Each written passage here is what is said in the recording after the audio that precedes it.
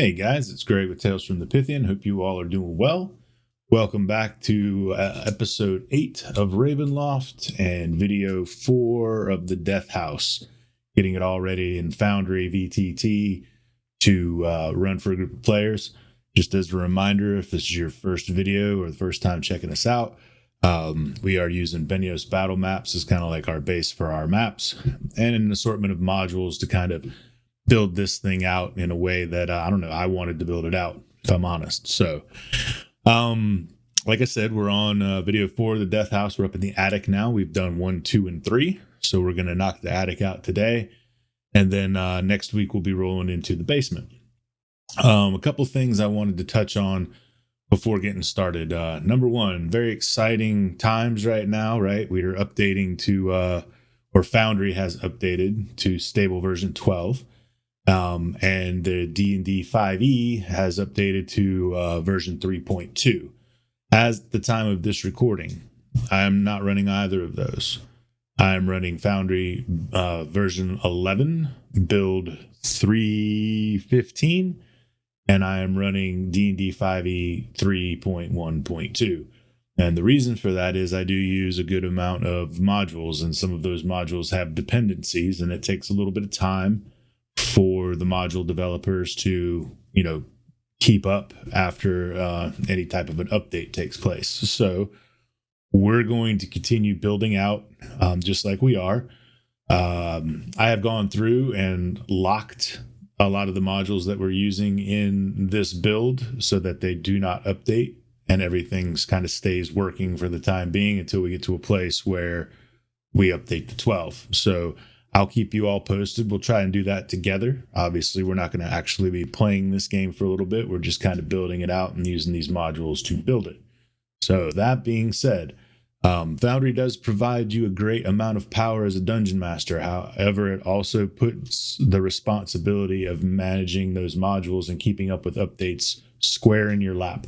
So just do your diligence and make sure that you're paying attention. Most of these creators have Discord channels that you can join, and they are very good about telling you when they update or if they have dependencies to their module, what those dependencies are, and what the most recent tested approved version is. So check that out. And without further ado, let's get started. So I do need to retcon a little bit. We're going to drop back down one level. We're going to go into our manage modules, and we did add a module here. It's going to be Monk's Token Bar. Monk's Token Bar. So when you install Monk's Token Bar, it adds this little guy right here to your screen. And what it will do if there are players in the game is it will add their portraits out across horizontally here, and it will display pieces of information that you might want to see as the game master above their head, such as hit points, armor class, spell DCs, all these sorts of things.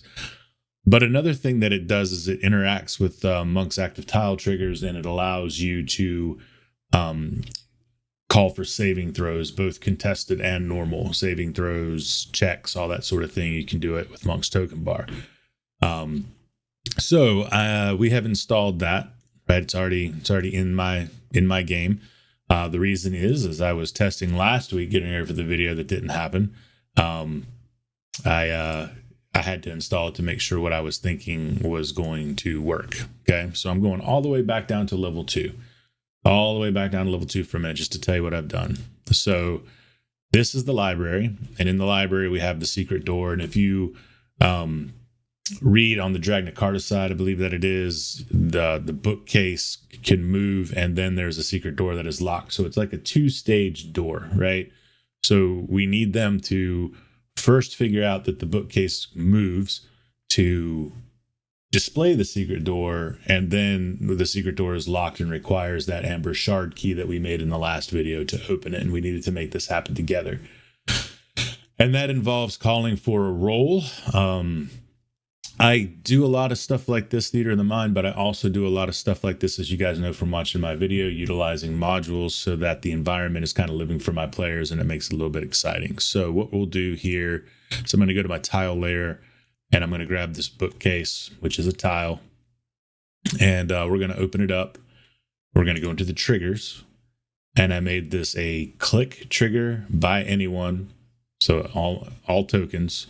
And what I did here is I made it once per token. And when I make it once per token, I have to ensure that this history is switched on, because this tile is now going to track each player and when they click on this tile. And the point of that is there's going to be a check that's associated with this. And I'm the type of game master that doesn't allow repeated rolls for checks, because if I just let you continue to roll and roll and roll until you got it, what's really the point, right? So I give everybody a chance here. So let's look at what we're doing with this tile. We can go to the actions. So it looks like a lot, but it's really not, right? That's a pretty good rhyme, I thought, right there. Okay, so anyway, first up, when they click on it, we have a show dialog. Okay, and this is a confirming dialog. You've seen this before in some of my videos. The ID is just for me, and the title, kind of displays in the chat. It's for the triggering player, so whomever clicks on it, whatever player clicks on it. And then when they do, it's going to say, this shelf is filled with a variety of books on history, warfare, and alchemy. Their spines faded and worn with age. Would you like to inspect them closer? And they'll have a choice, yes or no. So if they choose yes, it'll take them to this landing page where, using Monk's token bar down here, it's going to ask that triggering token for a perception check with a DC 13. It's going to throw some flavor text in the chat card over there, telling him you evaluate the books on the shelf. I want the roll to be private. I don't want them to see it. So the results are hidden from them. And then we're going to continue the code on. So continue with all the tokens always, no matter what, pass or fail. It's going to move on to the next step. Okay. So that next step is an action called redirect request results. So if they passed, it's going to send them to a landing called pass. And if they fail, it's going to send them to a landing called fail. Very simple, right? So 13 or 13 or better, and they're going to pass, and 1 to 12, they're going to fail. Okay. So if they would have select no in that first dialogue, nothing's going to happen. It's just going to close the dialogue box, end of the story. They can walk out, never mention it to anybody else, and there you go, off and running. So let's look at the landing fail. So if they choose to make that roll, right? They say yes, let's search it. They make the DC 13 roll. If they pass it and they go to pass right here, I know I said fail, I apologize. If they go to pass, what's going to happen is it's going to show them a dialogue, and it's going to tell them that, again, this is for the triggering player. On closer inspection, you notice that several of the books on the middle shelf appear less dusty than the others. Their placement almost too precise. One in particular stands out. Pull it, right? I'm going to ask the question. On yes, goes to open. On no, goes to close, right? So if they fail that DC 13 check, right? It's throwing them to the landing fail. If we look at that one, whoops, didn't mean to go to the landing, to show dialogue. It just says further inspection of the books reveals nothing of interest to you. And this is going to be an alert dialogue. So it's just going to pop up the dialogue, no choices. That's it. And usually at that point, that's where they're going to try and click on it again. But the history of the tile is going to remember they just clicked on it, and it's not going to allow them to. So if they clicked open, what's going to happen is, so if they pass the DC 13 and they select to open the bookshelf, or, pull on the bookshelf and it goes to open, it's going to play a sound that sounds like a sliding wooden door. It's going to move this tile to the right, and it's going to change the door, which is tagged SR, so secret room, door, room 8, which is going to be this door here. So it's tagged SR door room 8. So it's going to change that tagged door from a secret door to a regular door. So it'll make it visible for them. Okay. And then it's going to stop the remaining actions for this tile. That's going to be it. It's over. Everything's done. If they chose the opposite, obviously it's going to remain closed. That they can say yes or no to opening it. If they choose no to opening it, landing closed, nothing happens, right? So looks like a lot. 6 landings.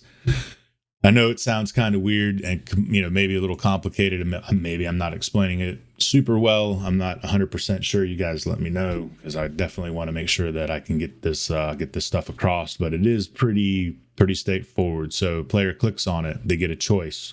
They pass or fail, they get a choice. If they pass, they open or they close, and then it changes the door. If they have the correct key, they can then open the door, because the door is also locked. And remember, we're using lock and key.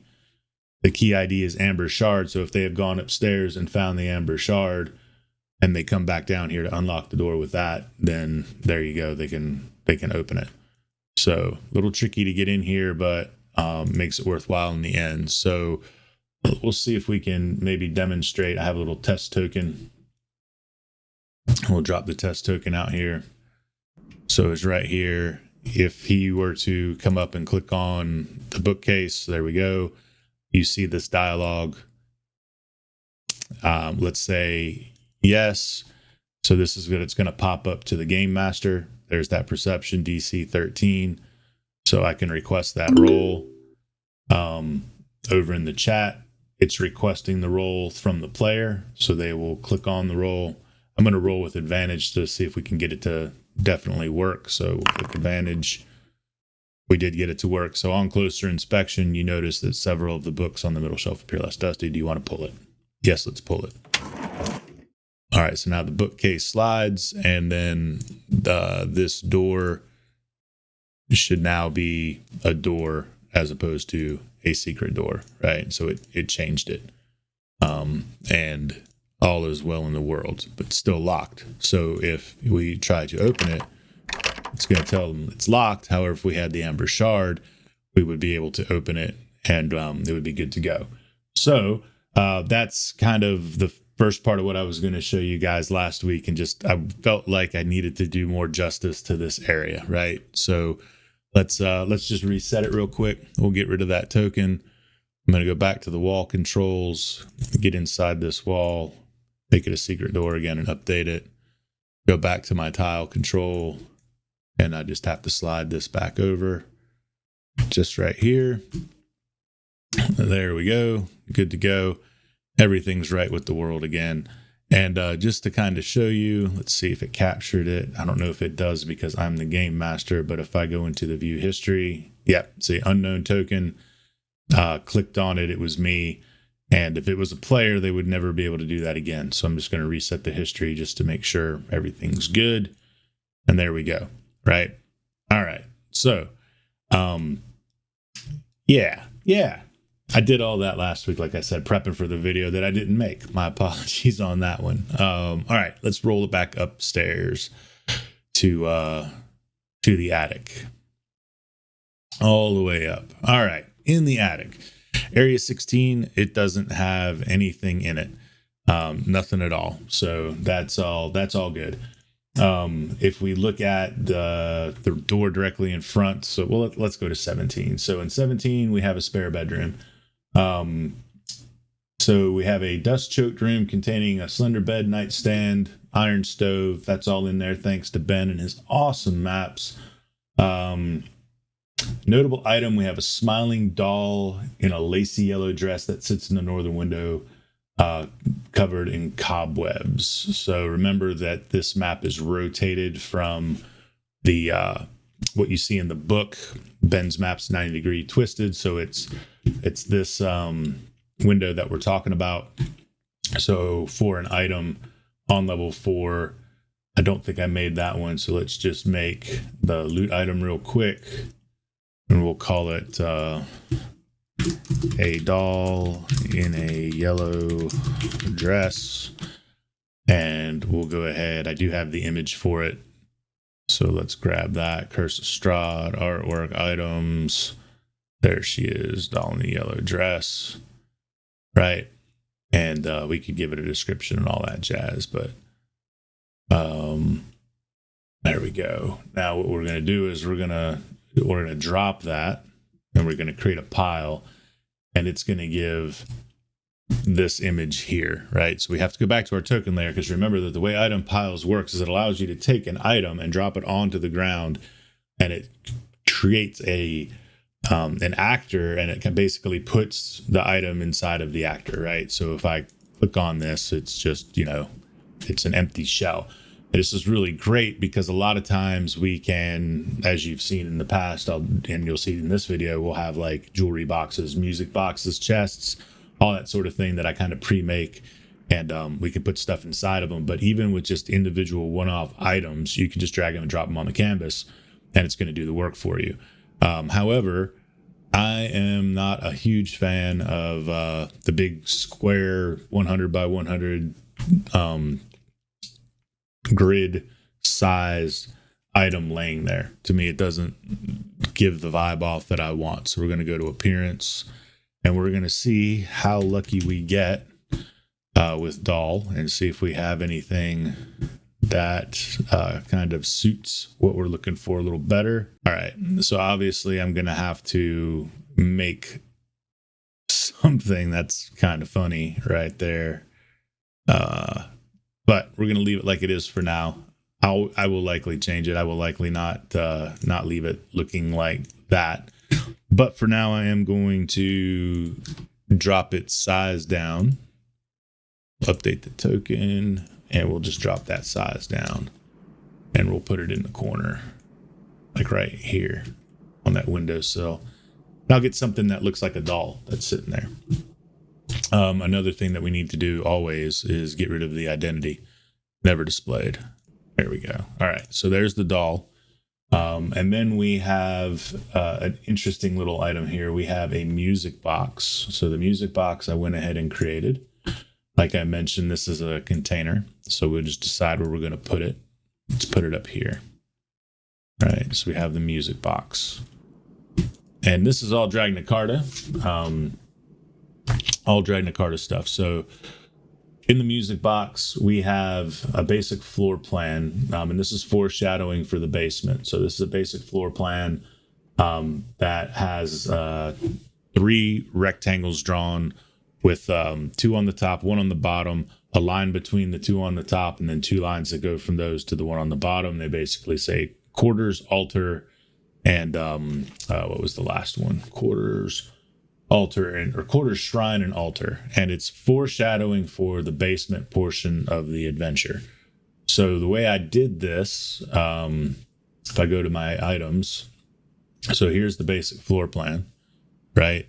It is an item, but I also created a journal entry for it. And in the description, I dragged the journal entry into the item so that it's clickable and the players can see what it looks like besides the little teeny small thumbnail image, right? You've seen me do this before with a couple other items. So basic floor plan, and there it is: quarters, shrine, altar, and very vague foreshadowing and clue, very poor clue for downstairs. So that is going to go into the jewelry box, or the music box rather.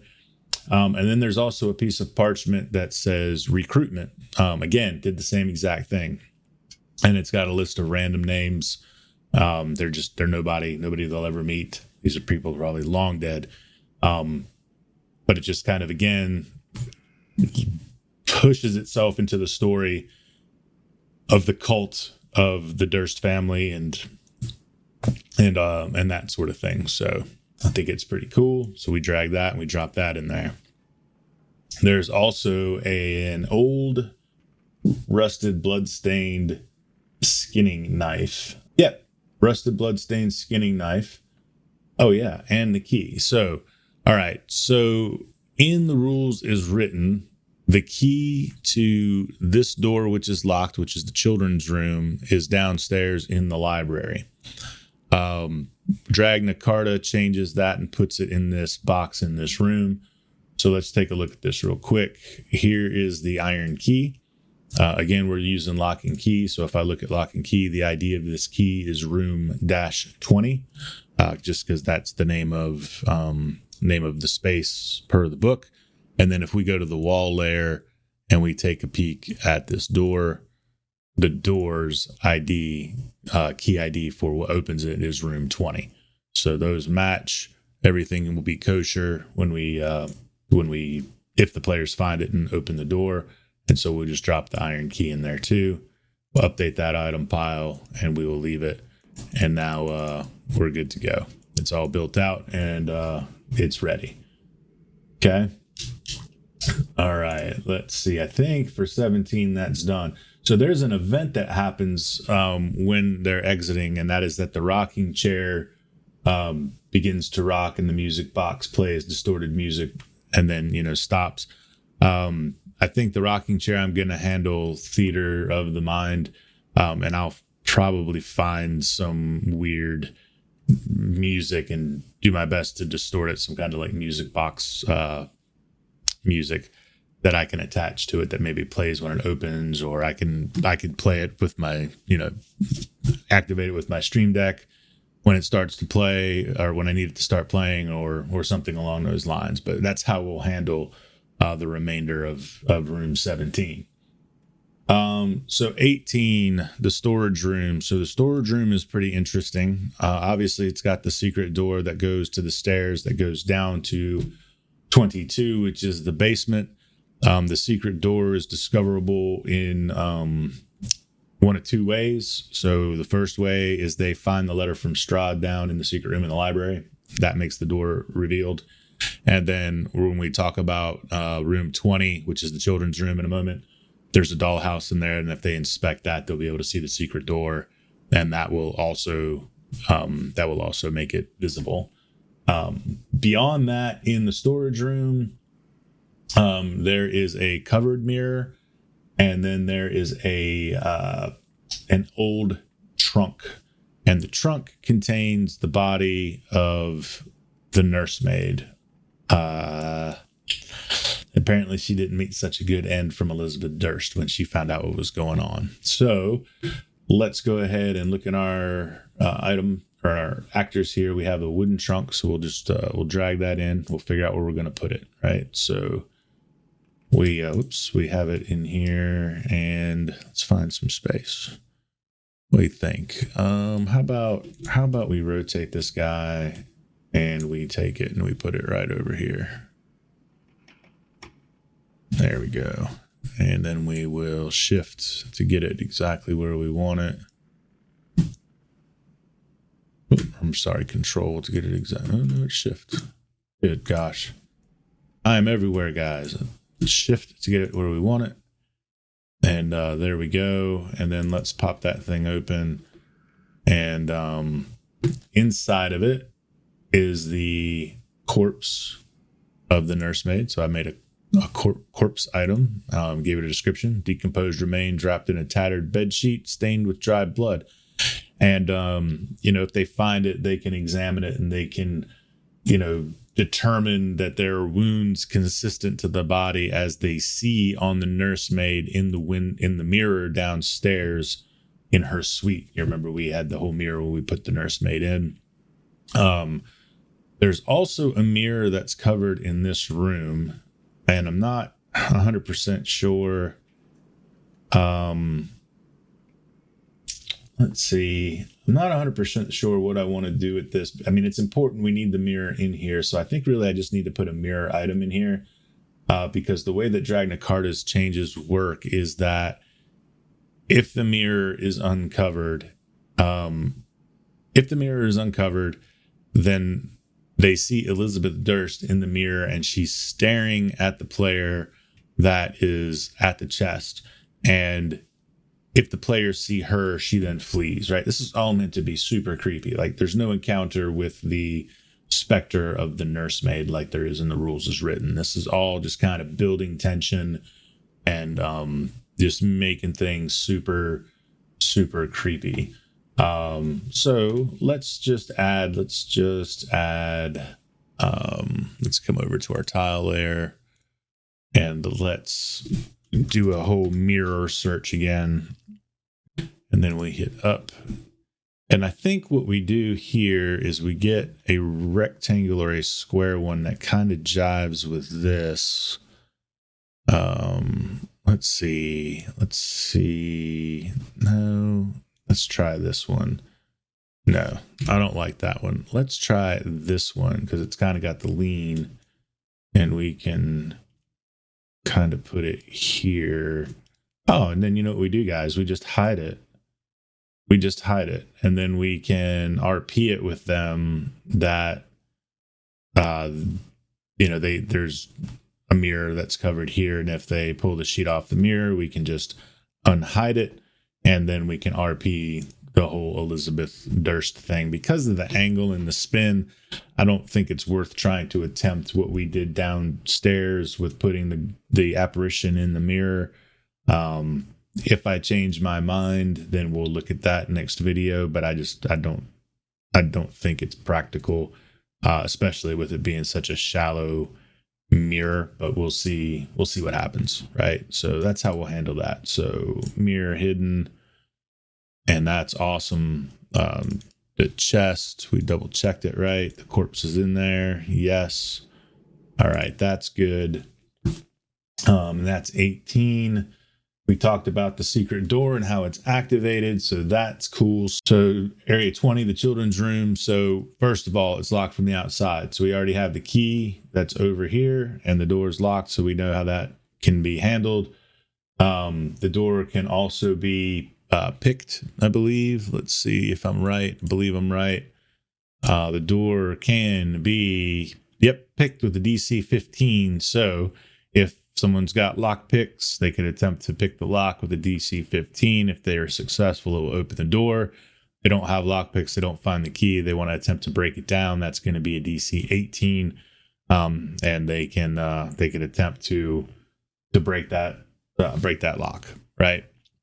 So we'll say they get into the room one way or another. They enter the room, and they're going to see these two small skeletons. If they pay attention, they can realize that the clothes are similar to those shown in the family portrait downstairs of Rosvalda and her brother. They did starve to death here, the kids, after they were locked in here. It's pretty sad, right?